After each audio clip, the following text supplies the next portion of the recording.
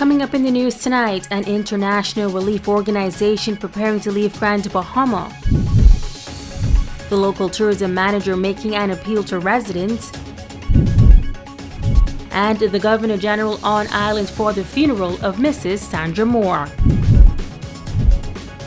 The Bahamas Tonight, the Northern Edition, starts now. This is the Bahamas Tonight, Northern Edition.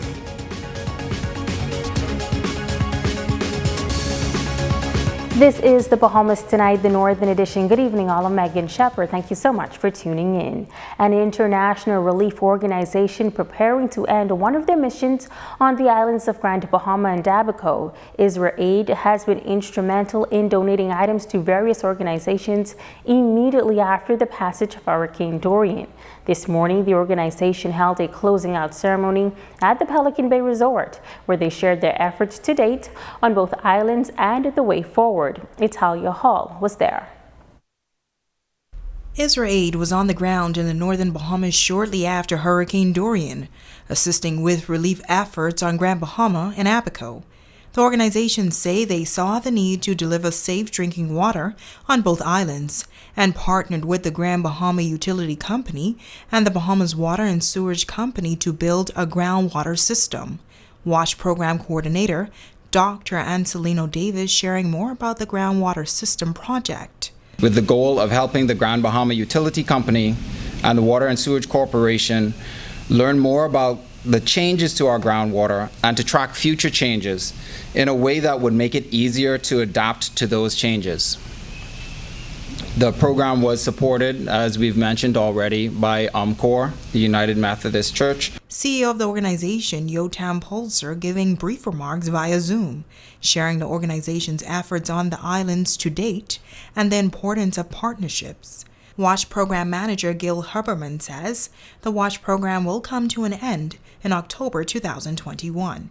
From logistics to finance and HR, and basically they've been on together with us from the beginning, and we have hired only locals. So basically, I'm the only Israeli representative from IsraAid right now in the Bahamas, and of course we have our country director Dimitri Medlev, who's not local. But apart from them, everybody else, including the WASH program coordinator, who introduced himself earlier, is also local. Director of Operations at the Grand Bahama Utility Company, Filter Grant, says she is happy with the relationship that was formed with IsraAid. Not just with the WASH program, but with the Sustainable Groundwater Program and the other initiatives that IsraAid and GBUC continues to partner with. We thank you for the assistance for your team that left their home to come here in the middle of unprecedented damage and a global pandemic to help a small little country. We're happy that you are our allies and friends, and we look forward to working with you in the future, and we're grateful for everything that you've done for us and worked with us throughout these years. Now, although the WASH program is ending in Grand Bahama and Abaco come October, IsraAid officials say the organization's overall mission in the Bahamas, which focuses on protection and education, will continue until June 2022. Italia Hall, ZNS Network News. As the saying goes, tourism is everyone's business, while General Manager for Grand Bahamas Tourism Office, Stephen Johnson, is adding that health and safety should also be everyone's top concern. As COVID-19 cases and hospitalizations rise on the island, he is encouraging all Grand Bahamians to consider taking the available vaccines. Every day we have Bahamians dying, and we need to understand, people need to understand that this is serious. And you can't run away from if we're going to get back to the new norm, we have to make sure that everybody is vaccinated. I'm noticing a influx in our vaccination centers, which is good. It means that the government is taking a more serious initiative as far as promoting the COVID-19 protocols. And I'm noticing a lot of Bahamians are now lining up at the Susan J. Wallace, and we know some other centers are going to open up soon. But this is no joke, and I'm seeing people that I know every day dying.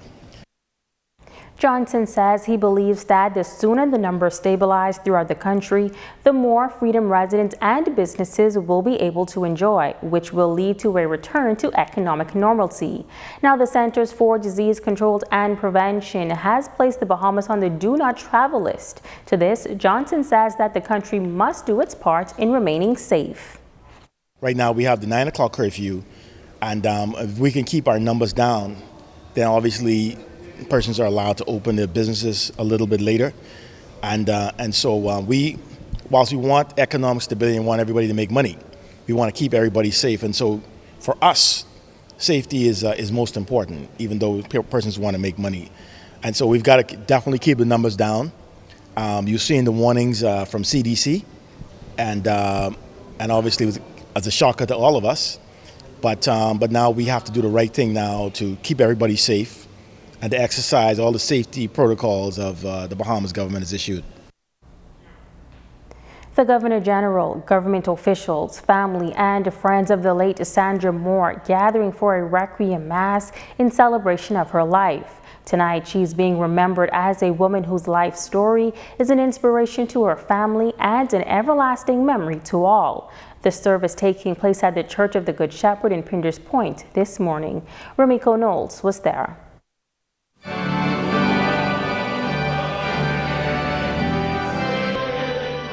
The requiem service for the late Sandra Moore began at the arrival of her husband, Maurice Moore, who was closely followed by relatives and loved ones. The Governor General, the Most Honorable His Excellency Sir Cornelius A. Smith, arriving a few moments later. Sandra Moore is described as a gracious but elegant, quiet but passionate, reserved but influential woman of strength and dignity. It was a somber moment for the Minister of Youth, Sports and Culture, the Honorable Aram Lewis, who gave remarks. He says not long ago he laid his mother to rest and notes that Sandra Moore was also like a mother to him. I will forever cherish her memories. I will carry them in my heart. Having known her from a little boy, growing up in Waterkey, when she would come there with her husband, who I call Dad, as he was a member of Parliament, she was always by his side.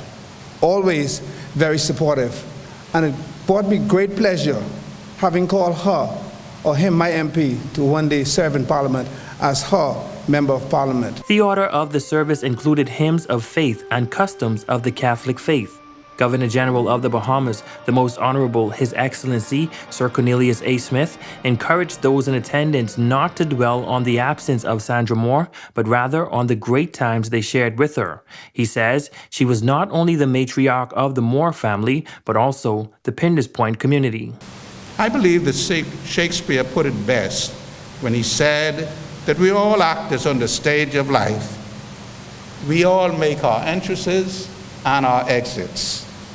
Sandra's command performance while on life stage should not go unnoticed, and I sincerely hope that at some time in the future date, this country can find ways to memorialize her in some tangible way. Reverend Oswald Pinder served as the assistant officiator of the Requiem service.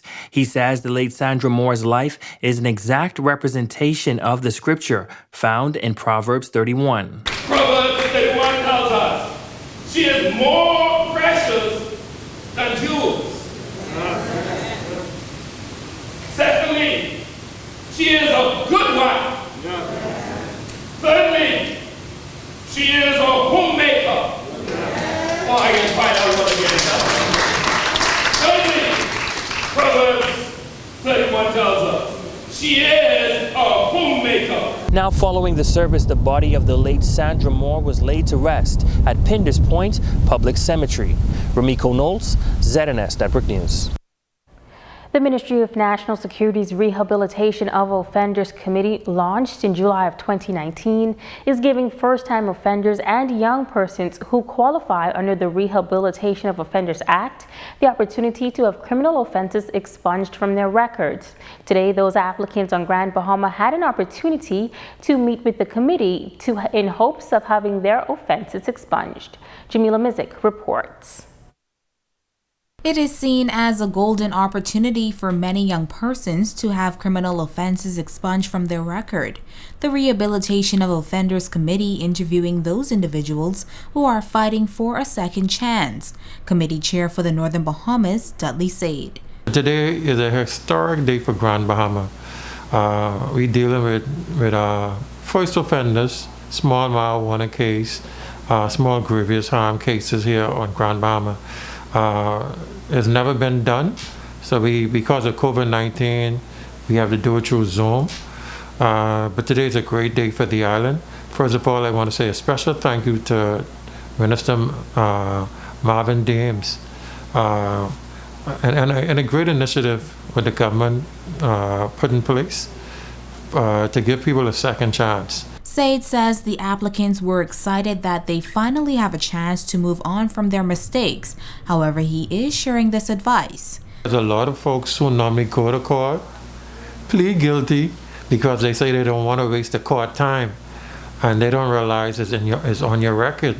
And then they want to say, when they try to get the police record, they realize, hey, I pled guilty, a small marijuana joint is on my record. So I just advise persons, when you go to court, as much as you say you don't want to waste the court time, is on your record.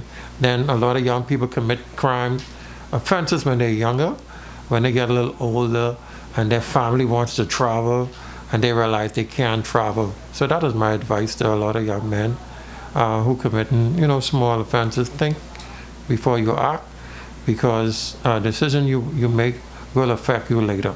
31-year-old Emmanuel Fox is a father of 4 who says due to his past he has had challenges with applying for jobs.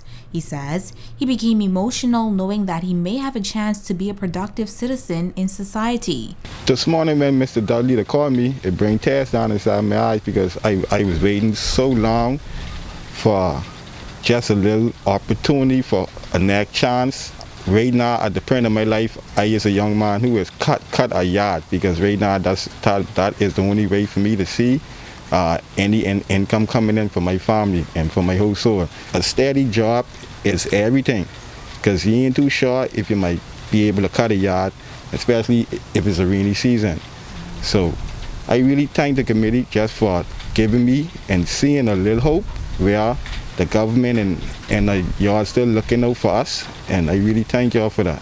Now Said says the committee is still assisting those young persons who need help having their records expunged. If you have a small case, just don't sit back.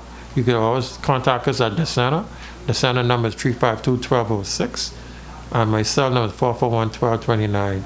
And I just asking young men to think before you act. Because, like I said, I am a product of a second chance. That's why I believe in this program so much, because I made some mistakes in the past and my life has turned around now. So I'm just asking folks, I got a second chance, and I think that's why I'm a heavy component of this giving a person a second chance of their life. Jamila Mizik, ZNS Network News. Stay with us. The Northern Edition continues right after this break.